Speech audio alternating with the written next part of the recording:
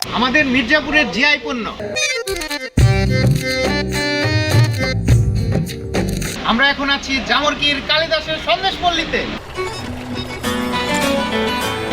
টাঙ্গাইল মির্জাপুরের জামরকিতে তৈরি হয় এই সন্দেশ। কালিদাসের ইতিহাস ব্রিটিশ আমলের।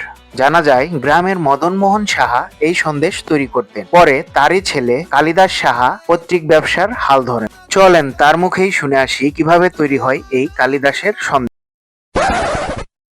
প্রথমে দুধ অনেক ঘন করে জাল করে নিতে হয়, পরে এর মধ্যে চিনি মিশিয়ে দিতে হয় এবং ঠান্ডা হয়ে গেলে আস্তে আস্তে হাতের মিশ্রণে তৈরি হয় এই সন্দেশ। এটি গুড় এবং চিনি দুটিরই সংমিশ্রণে তৈরি করা হয়। এর স্বাদ ও ঘ্রাণ যে কাউকে আকৃষ্ট করতে বাধ্য। সমস্ত উত্তরবঙ্গের মানুষ এই জামরকিতে যাত্রা বিরতি দেয় কালিদাসের সন্দেশের মাধ্যমে। জেলায় আসা গুরুত্বপূর্ণ ব্যক্তিবর্গ, বিয়ে এবং সামাজিক অনুষ্ঠানেও এই কালিদাসের সন্দেশ ব্যবহার করা হয়।